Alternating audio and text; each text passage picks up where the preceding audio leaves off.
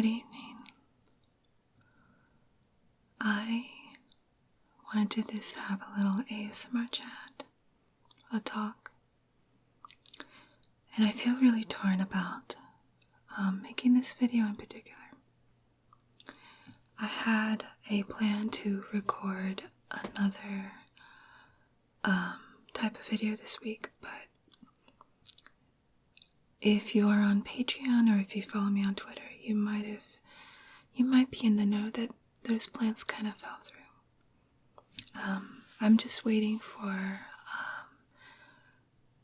a costume piece that I ordered to arrive in the mail. If you are following me and whatnot, I might have to mute this part right here, but I did get an early birthday present, amongst other things.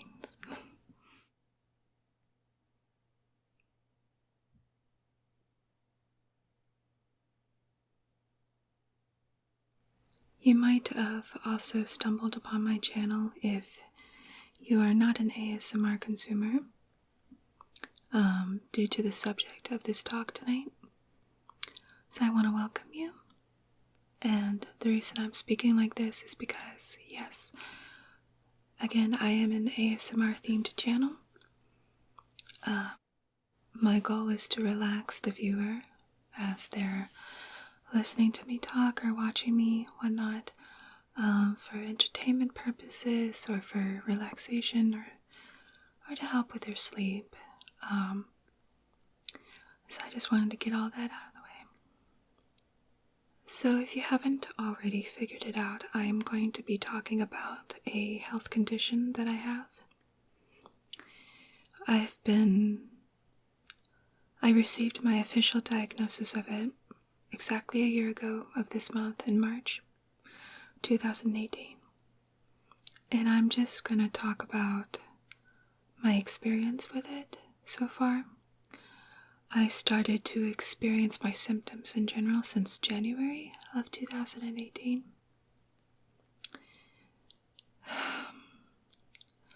It's been life-changing,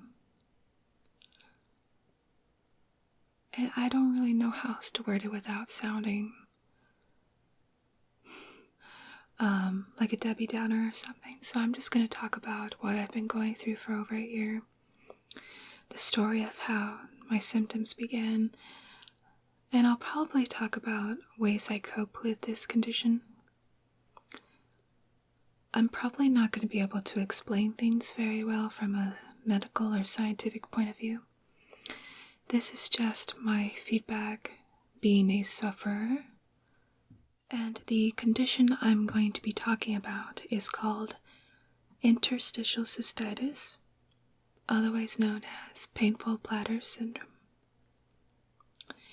It is a chronic pain condition that resides in your bladder and in your pelvis, and it can also affect your abdominal area. So I guess I will begin with how the symptoms started for me, how I went through getting my diagnosis. So my symptoms began in January 2018. I was dealing with a number of things in my real life. I was also kind of on a hiatus from YouTube at this point, and this was one of the reasons why. As part of the duration of that hiatus. But I digress. So I was juggling a couple of things in real life. One of them being I was trying to help look after a close friend at the time as a bit of a caretaker of sorts with her own medical issues.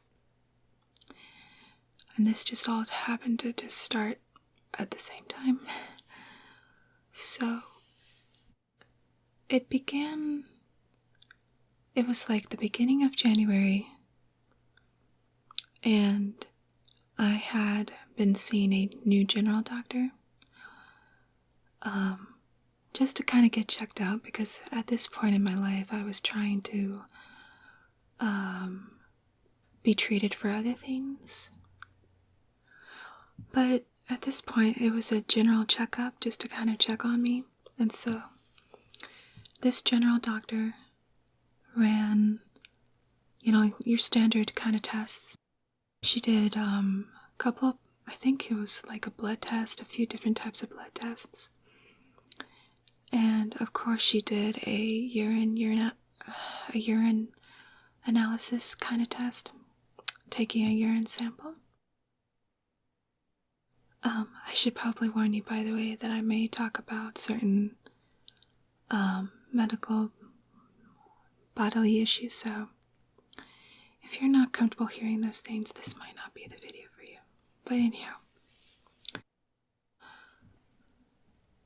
so this doctor did all those tests.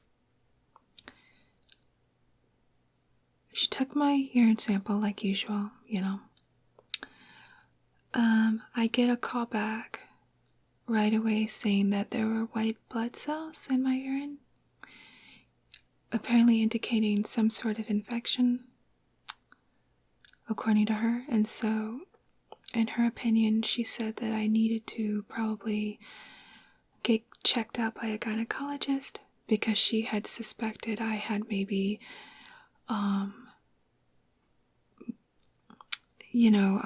gained maybe an STD or something. So, and I roll my eyes because, I did go to a gynecologist anyhow because you just honestly never really know with these things. I just wanted to, get that ruled out at least. And of course there was also the possibility there could have been a urinary infection, I guess. I can't really remember at the time if... This story is just going to sound weird in general, but this is just what happened. So I went to a gynecologist, and they did another, they did a urine culture test, of course. And it turned negative. It was negative, which meant they actually could not find white blood cells or like an infection. And I realized that some parts of this story are probably going to seem a little unbelievable, or I don't even know how else to explain it, weird, but this is really what's happened in my life and how things more or less went down. So yes, this, at the time when I was getting checked by this gynecologist, I was starting to experience pain in my bladder. So I guess I thought I was having a UTI, a urinary tract infection. Because in general, that's what I think most people would assume, is that you have some sort of infection. But this pain was different. I had UTIs before. The pain in general felt different than any typical UTI I ever felt before. The pain in general, it feels like, how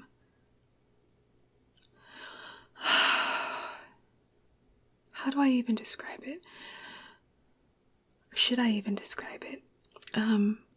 I will say that sufferers of this condition of interstitial cystitis, it's probably different for all of us, and we all probably have various degrees of pain with it. So I just want to get that out of the way as well. But I just remember that the pain intensified the more my bladder filled with urine. Like the more full it got, even if it wasn't all the way full of urine, the more full it got, the more severe and burning the pain would get. It started to become the new signal I would experience when I knew I had to use the restroom or the washroom. it just all transitioned to pain. At times for me, it also feels like acid is filling up your bladder. And I'll explain why pretty soon. So, when I let this gynecologist know those things, she did suspect right away that this was... She told me about interstitial cystitis and how she suspected that was what it was. But there was no test specifically to diagnose this condition, and the way you typically have to go through getting a diagnosis for interstitial cystitis, painful bladder syndrome, is that you have to rule everything else out that this could be first. You have to rule out UTIs, kidney issues like kidney cancer or like kidney stones, things like that. Just like a number of things. So, yes, she referred me to their urologist at their office. And I don't remember what his name was, but I remember I didn't really care for him at all. One of the tests he did was to insert a catheter in, and I think he did end up inserting some sort of solution inside my bladder, and I forgot typically what it's called, but I think it's like a salt solution or something. I don't remember, don't quote me on that.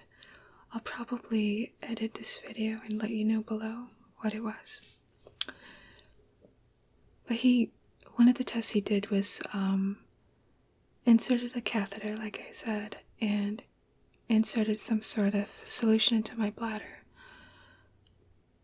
And it did cause very severe pain. I reacted in very severe pain. And apparently, if your bladder has no issues, if it's normal, you would not feel any pain with the solution in there. I guess it was essentially to test the walls of your bladder, because what this condition typically is there's something going on with the lining of your bladder. It's been compromised. It's breaking down somehow. Maybe not visibly. Some scientists would also say it could be an immune system issue with the bladder lining.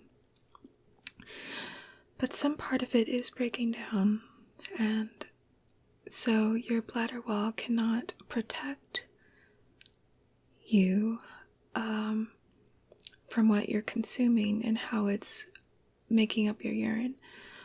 So when your urine does fill up the bladder, the walls, like acids and things, are going to seep through the wall a bit more, if that makes any sense.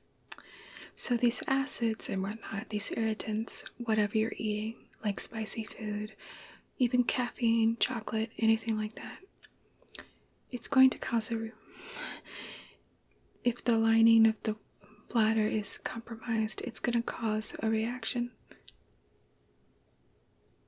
which transitions for me into pain, increased urgency, increased, I got tongue-tied there, increased frequency of your going to the restroom and whatnot.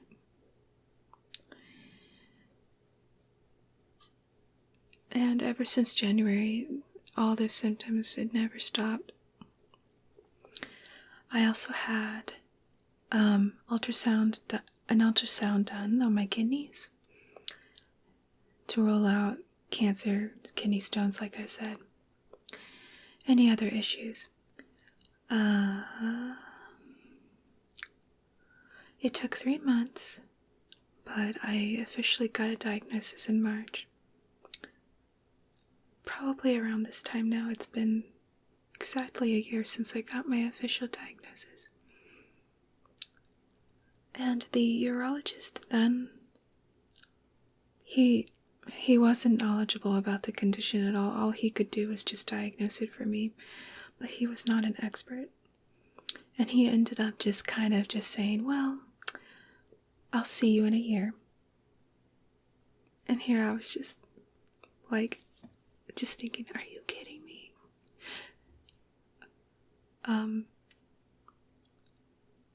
There were certain things he was trying to do for me to help essentially treat the condition, but there is no cure for this. So there's only certain things you can do to treat the symptoms of it. And I tried just about almost everything. So after he just kind of wrote things off and didn't want to see me for a year, I basically fired this urologist. And I ended up going back to my general doctor and telling her what happened, what they found out. And she referred me to another urologist, although technically this is a nurse practitioner that she referred me to. But this nurse practitioner might as well be a urologist, in my opinion. This person ended up being very knowledgeable about the condition, and she has been extremely helpful to help me with certain treatments of this, and able to help me with certain resources for what else I can do. And she was also the one, I should say, that helped me find a physical therapist.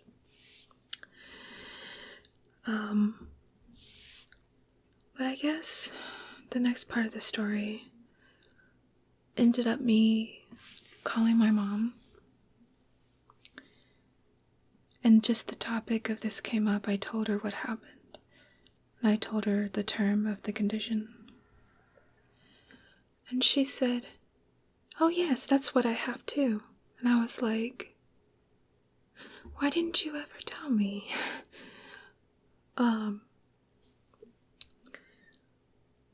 So there was just a number of things that added up. I also got this condition about the same age as my mother did. My mother got hers at 35, and I did too. Some people with this condition, I have heard they can develop it as teenagers. And it really breaks my heart. Because I can't imagine a very young person going through this kind of pain and probably not even understanding what to do. And maybe even not really talking about this. I don't really know. It absolutely hurts me to think about it. Some people have been led to take drastic steps, like trying to take their own lives because of this condition. It's been that bad for them. And I don't want to get depressing, but it's just kind of the reality of things. So there's no cure, but there are things you can do to help manage this condition. And this is also partially why I've lost some weight. I ended up having to change my diet. There's a number of things that you have to avoid eating for the most part anyway. It really depends on you. If you have this condition, it really depends on the person and what triggers your bladder, essentially. But there's a lot of different foods that can trigger either more pain or more frequency or more urgency in the form of flares. So you have to be careful. Like for me, one example is orange juice. I had a little over a year ago, after I found out about this condition, I did try to drink 2 glasses of orange juice. Just your regular standard orange juice. And of course, orange juice has a lot of acid in it. After some hours, my pain had shot up to an 8 on the scale. Like 1 being the least amount of pain, 10 being the most. Mine was at like an 8 or a 9. Almost a 10. I was on the phone at the time with my boyfriend, who is now my fiance.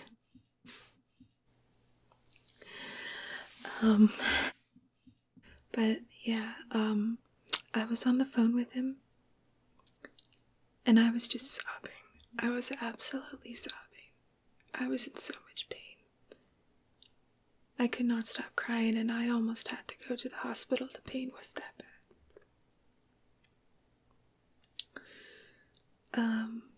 It eventually did stop, though, the flare, and the pain went down to being more minimal, like more manageable levels. That's kind of the best thing you can hope for with this condition, is to be able to manage your symptoms and change things you do in your life. Make changes, healthier changes, to make your pain levels more minimal. Especially for me, I have to be careful that, like, if I'm wearing a pair of pants, jeans or something, that they're not, like, skin tight, or I do end up getting a flare. Besides watching what foods I eat, other things I have to look out for is, like, sitting for a very long time and putting pressure basically on the pelvis. That can also trigger pain. Like if I'm driving in a car for like hours and a long time, it has caused flares. And sometimes flares in general might not even show up as pain, like increased pain. Sometimes they just sometimes the flares just come in the form of increased frequency or increased urgency. It doesn't always increase your pain. It can be different, and it's different for everyone, every sufferer, in my belief anyway. Other forms of treatments I've done and still go through are having bladder installations, which is basically a procedure where you have a catheter inserted and you have a medical solution, partly made of lidocaine, to my knowledge, inserted into your bladder, and it helps to kill off the pain for maybe a day or so. I have gone through physical therapy. In fact, I just had essentially my last physical therapy appointment. It lasted a number of weeks. I learned how to do certain pelvic stretches, pelvic positions, breathing exercises to help manage the pain. Because you can essentially do that to help treat your pelvic pain. You could also go on certain medications, but the one that typically gets referred is called Almiron, to my knowledge. And it's supposed to be something that you have to take for many months to try to help rebuild your wall, the bladder lining of your wall. And I don't know if I personally have chosen not to go that route. My mother has personally informed me that she takes aloe vera capsules, which to her does something similar to help with her bladder lining. And again, that's something that for aloe vera capsules, they tend to not be covered by insurance. So I've not been able to really afford that so much. But that is something I plan to look into again at some point.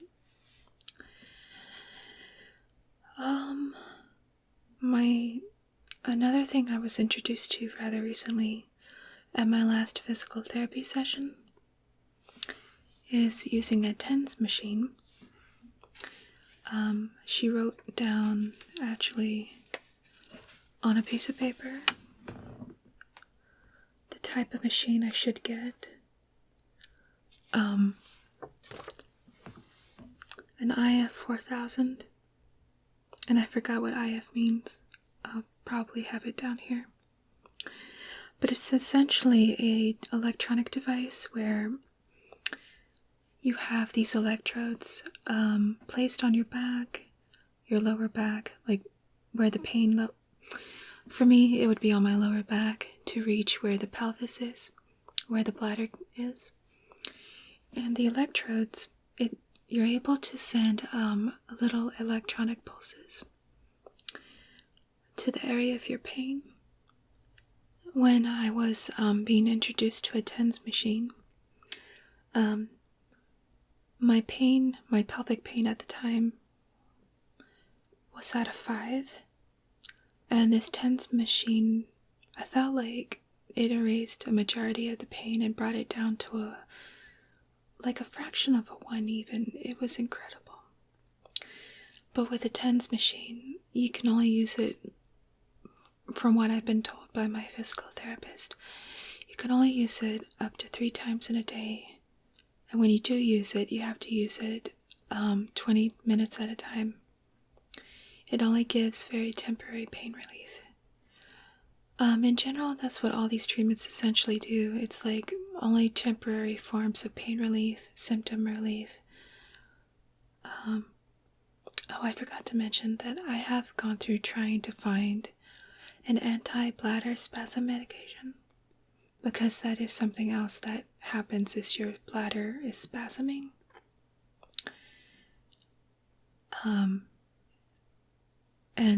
And that does make it uncomfortable and painful, yes. And there are anti-spasm medications for your bladder out there, but the ones I tried that my insurance were willing to cover, they all gave me a bad side effect of dry mouth, so I was unable to take them. And the ones that do seem to have no side effects are the ones, of course, that my insurance won't cover. So that's the reality for me at the moment.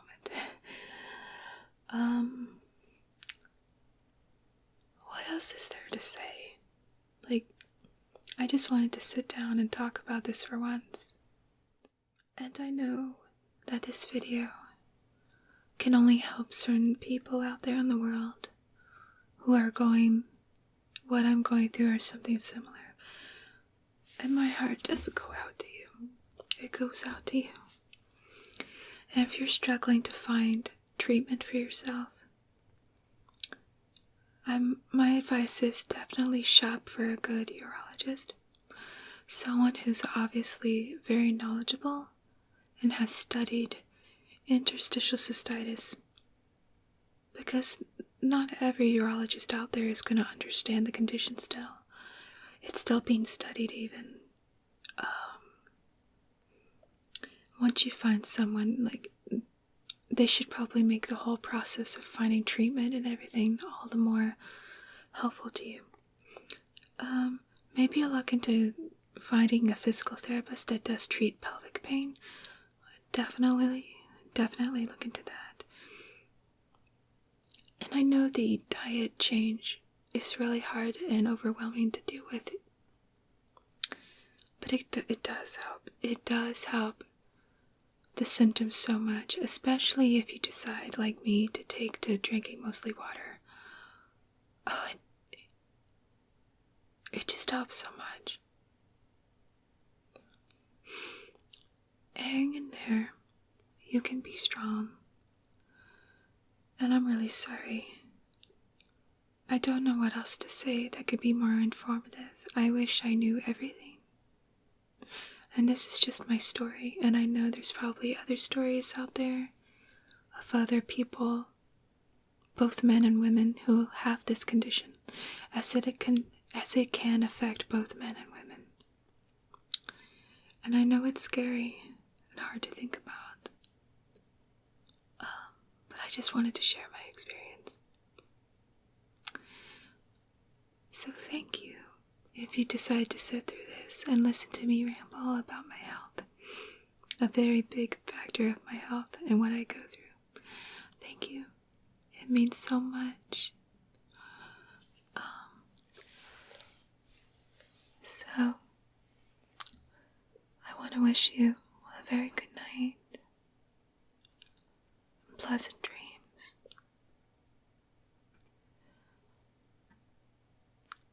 And I'll see you next time.